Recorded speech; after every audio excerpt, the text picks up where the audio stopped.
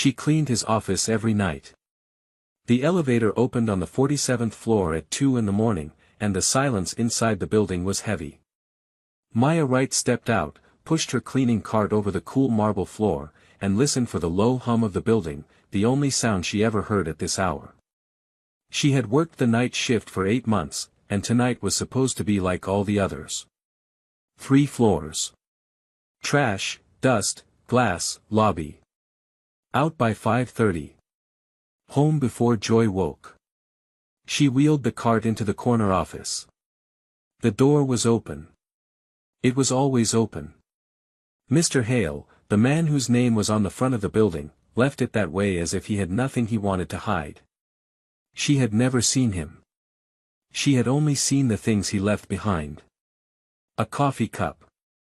A jacket folded on the chair. A stack of folders sorted into neat squares. She started by the door. Dust the shelves. Wipe the glass. Empty the small trash can. Polish the lamp. She moved to the desk last, and that was when she saw it. A small leather notebook sat in the center of the desk, opened. The page on the right was filled with neat, careful handwriting. Maya did not read other people's notes. She had been raised better than that. But the first line caught her without permission. "If I die tomorrow, please make sure she gets the letter." She read it once, and then she froze. She did not move for a long time. She did not look at the second line, or the third. She did not reach for the page. The pen lying beside the notebook seemed warm, as if Mr. Hale had only just set it down. Maya closed the notebook with the same care she would have used to close the door of a sleeping child, gentle and slow, so as not to bend the corner of the paper. She set it back in the exact place she had found it. She turned to leave. Behind her, through the cool quiet of the empty floor, the elevator dinged. For a second Maya could not breathe. She was alone on this floor. She was always alone on this floor at 2 in the morning. She gripped the handle of her cart and listened. The soft rush of the elevator doors closing came from somewhere far down the corridor. No footsteps followed. No voice called. She stood there for a long time. Then she pushed her cart out of the office, switched off the lamp at the door, and rode the elevator down to the lobby with both hands flat against the cool steel wall. If you have ever been the woman who cleans offices at 2 in the morning, the one nobody ever sees, please tap subscribe before you keep watching, and tell us in the comments where you are watching from. Maya's story belongs to women like her. Your one small click helps it reach the next one. The bus dropped Maya at the corner of 134th and Lexington a little after 6. The sun was already pale and white above the brownstones, and the air felt clean and cool, the way New York mornings sometimes do before the city wakes up. Maya climbed 3 flights of stairs because the elevator had been broken since spring, and when she reached the door of apartment 3C she paused, took one long breath, and made her face into the face her daughter needed. Joy was on the couch, half asleep, wrapped in the bright pink blanket Maya had bought her last Christmas. The little girl's hair was in 2 braids, with pink and yellow beads on the ends, and her small hand still gripped the corner of her favorite picture book. The television was on low, playing the same cartoon she watched every morning while she waited. "Hi, baby," Maya said, kneeling beside the couch. "I am home." Joy's eyes opened slowly. She smiled the way only a 6-year-old can. "Mama." Maya kissed her forehead. She listened to her daughter's breath. It was rough at the edges, the way it always was first thing, before the inhaler did its work. Joy had been born with weak lungs, and the last hospital visit had not been kind to their savings. The bill on the counter was a number Maya tried not to look at when she made breakfast. She made breakfast. Eggs. Toast. A small glass of orange juice cut with water. While the eggs were on the stove, Maya stood at the window with both hands flat on the cool sink and looked down at the street, and she thought about the notebook. She thought about the line on the page. She had not told anyone, and she had not taken anything, and there was no reason for anyone to come looking for her. Still, she felt the way she had felt one time as a girl when she had heard a sound in the kitchen at night and just known, that her life was about to be different. She told herself she was tired. She told herself it was nothing. She fed Joy. She sat with her while the little girl ate slowly, the way she always did, taking small bites between small breaths. Maya watched her, counting heartbeats, and she thought of her late husband Marcus, who had loved this child with everything he had before the night 5 years ago when he had not come home. "Mama," Joy said, mid-bite. "You look tired." "Mama is always tired," Maya said, and she smiled, and it almost looked real. After breakfast she walked Joy to school. The day was bright and clean, and a small kind wind came down the avenue, the kind of wind that made the city feel almost gentle. "I love you," Joy said at the school gate. "I love you more," Maya said, and watched her go. David Hale arrived at the building at 9 sharp the next morning, the way he did every morning. He carried a paper cup of coffee in his left hand and a slim laptop bag over his right shoulder. The lobby staff nodded to him. He nodded back. He stepped into the elevator alone, the way he liked. On the 47th floor, the air smelled faintly of lemon cleaner and floor polish, which meant the night crew had been through. He walked down the corridor, pushed open the door of his office, set his cup on the corner of the desk, and reached for the leather notebook. He stopped. The notebook was closed.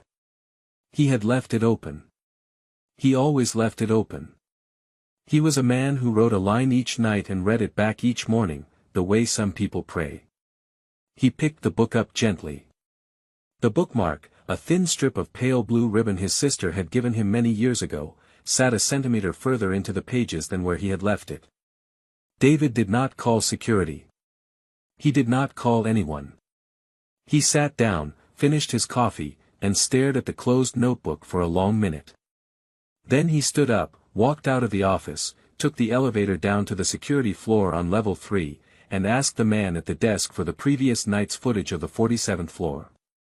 He watched it on the small monitor. He watched her enter the office at 1:53 in the morning. He watched her wheel the cart in, dust the shelves, wipe the glass, empty the trash. He watched her move to the desk. He watched her stop. He watched her stand very still for almost a minute, with her hands at her sides, looking at the notebook. He watched her close it. He watched the great care with which she closed it, slow as a mother closing a child's door. He watched her set it back in the exact center of the desk. He watched her turn off the lamp by the door and leave. David rewound the footage and watched the moment again. The way her shoulders had moved as she breathed. The way her hand had come down on the cover so gently it might have been touching glass. She had not taken anything. She had not photographed anything. She had not laughed at the line or rolled her eyes or shaken her head. She had read it once, and she had closed it, and she had walked away. He felt something settle in his chest that had not been settled in years. "What is her name?" he said to the security officer. The officer typed. He read the screen. "Right. Maya Wright. Cleaning company. 8 months with us. Anything else you can tell me about her?" The officer pulled up another screen, slower this time. "Address up in Harlem. Listed as a widow. 1 dependent. That is all I have." David nodded. He thanked the officer. He took the elevator back to the 47th floor and sat at his desk and looked at the notebook for a long time. He did not know yet what he would do. He only knew that for the first time in 5 years, someone other than himself had read the line he had written for his sister, and they had treated it like a thing that mattered. The next day David did not write in the notebook. He did not open it at all. He set it in the drawer of his desk, locked the drawer, and put the key in his pocket. He thought about Maya Wright while he sat through a board meeting in a glass conference room with the bright morning light pouring in over the table. He thought about her while he reviewed the Foundation's quarterly report. He thought about her over a lunch he barely touched. By the middle of the afternoon he had asked his assistant, a careful young woman named Priya, to do something a little unusual. Priya did not raise an eyebrow. She had worked for him for 6 years. "I want a small, kind gesture," David said. "A gift. Not extravagant. Something that says thank you, not something that says I am the man on the front of the building." Priya nodded. "For a woman who works the night shift here," he said. "Her name is Maya Wright." Priya wrote it down. He did not say more. He could not say more, because the only thing he wanted to say was that she had closed his book the way Sarah used to close her books, and Priya had never met Sarah and would not have understood. By late afternoon Priya came back with a small white box from a bakery 3 blocks away, the kind of bakery that put a single fresh pastry into a clean paper box with a pale blue ribbon. Beside the box she set a sealed envelope and a small card she had typed for him. David read the card. He nodded. He picked up a pen and changed 2 words in his own handwriting. He set the pen down. "Where would you like me to leave it?" Priya said. "On the corner of my desk," David said. "Where the notebook used to be. Tonight, before the night crew arrives. Just leave the door open as it always is." Priya nodded. That evening, after the last of the lights on the corridor had been turned down to half, after the elevator had carried the last suit down to the lobby, after the cleaning team's truck had pulled up to the curb on Fifth Avenue, David Hale did something he had not done in a long time. He stayed in the building. He sat in the small conference room 2 doors down from his own office, with the lights off, and he waited, because he wanted to do something properly, and because he wanted to do it tonight. At 1:53 in the morning, the elevator on the 47th floor dinged. Maya pushed her cart down the corridor and turned toward the corner office, and her heart, without her permission, began to beat a little faster than it had any business beating. She told herself she was being foolish. She had decided on the bus that she would not read anything. She would clean. She would leave. She would put the night before behind her like a dream half remembered. She pushed the door of the office open. The first thing she saw was the small white bakery box on the corner of the desk, where the notebook used to be. The second thing she saw was the cream-colored envelope beside it. The third thing she saw was the soft warm light spilling from a half-open door 2 rooms down, where there should have been no light at all. She froze, the way she had frozen the night before. A voice came from down the corridor, low and gentle. "It is all right. I just wanted to talk for a moment, if that is okay." Maya turned. Her cleaning gloves were still on. Her uniform polo, the cobalt blue one with the cleaning company logo on the chest, was wrinkled from a long shift. Her bag was over her shoulder. David Hale stepped out of the small conference room with both hands held a little out from his sides, the way you might hold them around a frightened animal. He was tall, a fair-skinned man with short dark hair and gentle blue eyes, in a light gray suit and white sneakers, and he looked tired in the quiet way kind men sometimes look tired. "I am so sorry to scare you," he said. "I am David Hale. This is my office." Maya's hands shook. She put them behind her back so he would not see. "I did not take anything," she said, and her voice came out small. "I swear. I just saw the page and I closed it. I did not read more than the first line."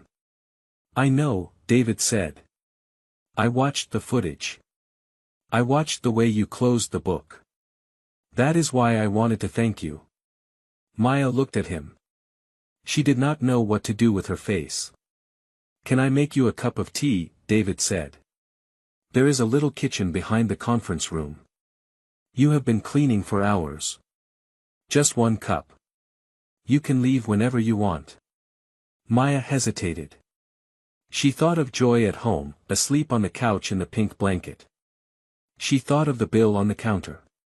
She thought of all the reasons a woman in her position learned, over time, to say no. She thought of Marcus, who had once told her, the night before he died, that the world was kinder than she remembered if she would only let one good thing in at a time. "Thank you," she said. "I would like that. If your mother ever worked a night shift to keep the lights on, Please tap subscribe before you keep watching, and leave one short word in the comments for the mothers who never got thanked. Just one. It means something. The kitchen behind the conference room had a long pale wood table, a cool white pendant light above it, and a kettle that David put on as if he had done it 1,000 times. He moved without rush. He did not look at her too long. He did not stand too close. He set out 2 simple white mugs and 1 small bowl with sugar in it, and he asked her if she preferred mint or chamomile. Mint, Maya said. She did not know why she had said it. She had never had mint tea in her life. The word had felt clean. David poured the water. He set the mug in front of her on the table. He took a chair across from her, not beside, and folded his hands. "What is your daughter's name?" he said, kindly. Maya looked up. "How did you know I have a daughter?" "I know your name and where you live and that you are listed as a widow with 1 dependent," David said. "That is all I know. I did not look at anything else. I am sorry that even that is too much. I only wanted to make sure I greeted you with respect." Maya let out a small breath. She felt something in her chest unlock that she had not known was locked. "Her name is Joy," she said. "That is a beautiful name. She is 6. She has weak lungs.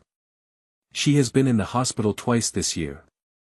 Maya's voice did not crack, but it almost did. "The bills are bigger than I can fit on a page. I work this shift and a day shift at a school on Wednesdays and Fridays. We are all right. We will be all right." David looked at her hands. They had been on the mug, and the warmth of the mug had stilled the trembling, but he had seen it. "Maya," he said. "May I help you? With the bills, and with Joy. With finding you a daytime job that pays as well. I have a foundation. We hire community liaisons. The work is real, the pay is real, the benefits are real. It is not charity. It is something I would like to offer, if you will let me." Maya looked at her tea. She thought of her grandmother, who used to say that pride that left a child hungry was not pride, it was vanity in a pretty hat. She thought of her mother, who had taught her that one good hand, accepted, was the door through which other good hands walked. She thought of Marcus. "Yes," she said, quietly. "Thank you, Mr. Hale." "David." "Thank you, David." He smiled. He had a soft smile, and it did not seem to reach for anything in return. They drank their mint tea in the bright kitchen with the cool white pendant light over them, and outside the windows, the city of New York at 3 in the morning was wide and clean and quiet, and somewhere far below, a single yellow taxi turned a corner and was gone. They sat for a long while in the kitchen, and Maya let the silence settle between them like clean water in a glass. David did not rush it. He drank his tea slowly. He looked at the table, not at her, the way men do when they want to give a person space to be still. After a long pause, he set his mug down. "You read the line in the notebook," he said. "Only 1 line." "I would like to tell you what the line is for," David said. "If you do not mind." "I do not mind." He folded his hands. He looked at the white surface of the table. "My sister Sarah died in a hospital fire 5 years ago," he said. She was 33. She had gone in for what should have been a routine surgery. There was an electrical fire on her floor that night. They evacuated most of the patients. She was not one of them. Maya felt the cool white light of the kitchen go very still around her. "I never got to say a few things to her," David said. "So I wrote a letter, and I write a line of it every night, and I close the book in the morning. After 5 years, the letter is finished. I have kept writing the first line over every new page because I cannot bear to write past it. If I die tomorrow, please make sure she gets the letter. I tell myself that if anything happens to me, someone will see the line and find the letter and deliver it to her grave." "I am so sorry," Maya said. David nodded. He did not look up. "It is a strange thing to write," he said. "I know. It has kept me upright for 5 years. Maya's eyes filled. She did not wipe them. She let the tears sit at her lashes, the way a woman who has cried for a long time learns to let them sit. My husband Marcus died 5 years ago, she said, quietly. He was 31. He worked as a nurse. He was on shift the night he died. They told me there was a car accident on the way home. I never got to say a few things to him either. David looked up. Something behind his blue eyes seemed to soften and tighten at the same time. What was his name again, he said. Marcus. Marcus Wright. David nodded slowly. He did not say what he was thinking. He set his mug down. He sat with her quietly for another long minute, and then he said, Maya, would you let me drive you home tonight? The first night of a new job should not begin on a bus at 4 in the morning. May I drive you? Maya looked at him. Yes, she said. Thank you. The two of them rode the elevator down to the lobby together at 3:45 in the morning, and outside, the city felt clean and quiet, and a single soft wind moved up Fifth Avenue and was gone. Within a week, 3 small good things arrived at the kitchen table of apartment 3C. The first was a letter from the hospital, on clean white paper, explaining that an anonymous donor had cleared the full balance of Joy Wright's medical account and had set up a fund for any future visits, prescriptions, or specialist care. The letter was 3 lines long, and the third line said, "No further action is required from you. Please rest." Maya read the letter twice. She set it down.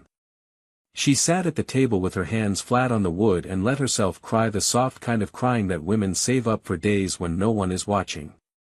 The second was a job. The Hale Foundation, which she had heard about in passing but had never imagined applying to, sent her an email that morning offering her a position as a community liaison. The role paid more than both her jobs combined. The hours were 9 to 5. The benefits were full. The first day was Monday. The third was a small white bakery box on her kitchen counter, the same kind as the one she had seen on David's desk the week before. Inside was a single fresh croissant, still warm. There was a card on top, in plain handwriting. For Joy. From a friend of her mother's. Welcome home. Maya stood by the counter with the croissant box in one hand and the foundation letter in the other and the hospital letter on the table, and she did not know which of these things to thank God for first, so she thanked him for all 3 at the same time. She started the job on Monday. The foundation's offices were on a lower floor of the same building, with bright clean windows that faced east. The community liaison team was small, 4 women and 2 men, and they welcomed her without making a fuss. Her desk had a small white orchid on it. The man at the front of the foundation, an older African-American gentleman with kind eyes and a clean gray suit, introduced himself as Mr. Edmonds, the director, and told her that David Hale had said only good things and very little else. He values your judgment, Mr. Edmonds said. He thought you would be good at this work. I believe him. By the end of her first week, Maya had spoken with 7 single mothers from her own neighborhood. She had connected 3 of them to school resources. She had helped one navigate an eviction notice. She had laughed twice. She had not cried at her desk once. By the end of her first month, Joy had gone 3 weeks without an asthma flare for the first time in her short life. She had started reading her favorite picture book to the end, the way a child does when she finally has enough breath to finish her stories. Maya brought Joy to the foundation's family open day on a bright spring Saturday, and David Hale, in his light gray suit and white sneakers, knelt down to meet Joy and asked if she liked her new doctor. She is nice, Joy said. Mama says she is nice. David smiled. Your mama is right about people. Spring turned to summer in the gentle way New York spring turns to summer when there is something good growing in a person's life. The streets felt brighter. The mornings felt longer. Maya walked Joy to school in the bright clean light of an honest day, and walked herself to a job that paid her well for work that meant something, and came home to an apartment where the bills no longer sat on the counter. She and David became friends in the slow, careful way two grown people become friends when they have both lost too much to rush anything. They had lunch in the bright cafeteria on the 15th floor of the building on Tuesdays. They walked the small green park behind the building on Fridays. They did not touch. They did not flirt. They talked about joy.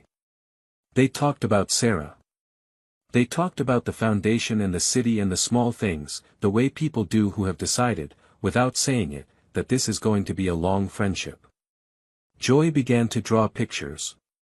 She drew the foundation building, with all of its bright square windows. She drew her doctor with a stethoscope. She drew Mr. David, with his light gray suit and his soft smile, holding a bakery box. She drew her mother with a wide smile and a clean cobalt blue polo shirt that no longer had any creases in it. One evening Maya sat on her couch with a small cardboard box on her lap. It had been in the closet for 5 years. Marcus's things. His wallet. His watch. A few small notebooks. A handful of photographs in a soft cloth envelope. She had not opened the envelope in a long time. She did not know why she opened it now. She slid the photographs out slowly. There were old ones from their wedding. There was one of Marcus holding Joy as a newborn, his face open with the kind of joy that did not need a word for it. There was one of him at the hospital where he worked, in his white scrubs, with the staff in the lobby on some forgotten holiday. She looked at that picture for a long time. Marcus was in the back row. Beside him, standing with a clipboard in her arms and a soft yellow cardigan over her shoulders, was a woman with light brown wavy hair and warm hazel eyes. The picture was labeled in small careful handwriting along the bottom. Mercy General Hospital staff and patient volunteers, autumn 5 years ago. Maya did not breathe for a long moment. She turned the picture over. On the back, in different handwriting, were 3 words. Sarah, with thanks. Maya set the photograph down on her lap, very slowly, the way she had once closed a leather notebook on a desk at 2 in the morning. She sat in the quiet of her living room, with Joy asleep down the hall, and she thought about the fire 5 years ago, and she thought about the kind of nurse her husband had been, and she understood, all at once, why a man like David Hale had felt something settle in his chest when he had seen the careful way she had closed his book. She picked up her phone. She called David. David arrived at apartment 3C an hour later. He climbed the 3 flights of stairs because the elevator had been broken since spring, and when Maya opened the door, the bright pale evening light from the hall was behind him, and his blue eyes looked, for the first time since she had met him, a little uncertain. She did not say anything. She handed him the photograph. He took it gently. He looked at it for a long time. He looked at the back. He looked at the front again. His hand did not shake, but his breath caught, the way a person's breath catches when something long held finally moves. "It is Sarah," he said. "Yes. And the man in the back. That is Marcus. My husband." David sat down on her small couch. Maya sat across from him in the chair beside the window.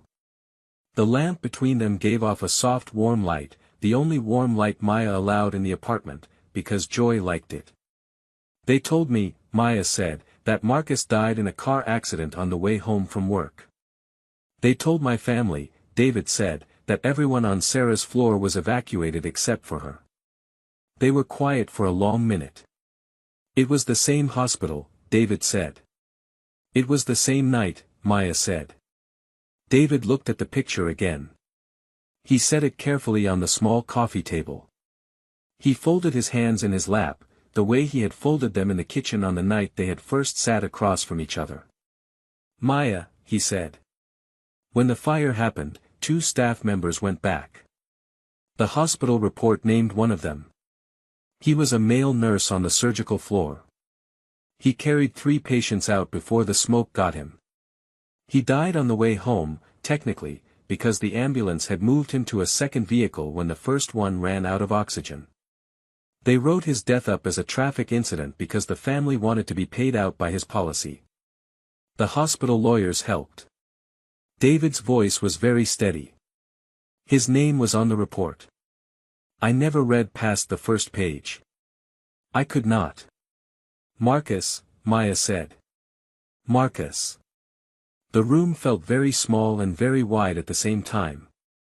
David reached into his jacket and took out a small leather notebook. He set it on the coffee table beside the photograph. I finished the letter to Sarah 3 weeks ago, he said.